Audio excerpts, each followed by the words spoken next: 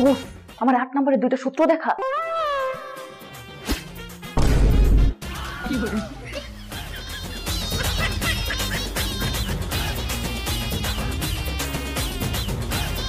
মায়া বন্ধু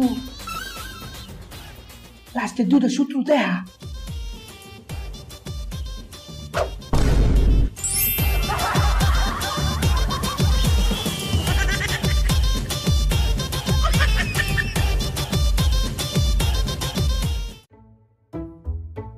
সবাই চুপচাপ লেখো, কেউ দেখাদেখি করবে না।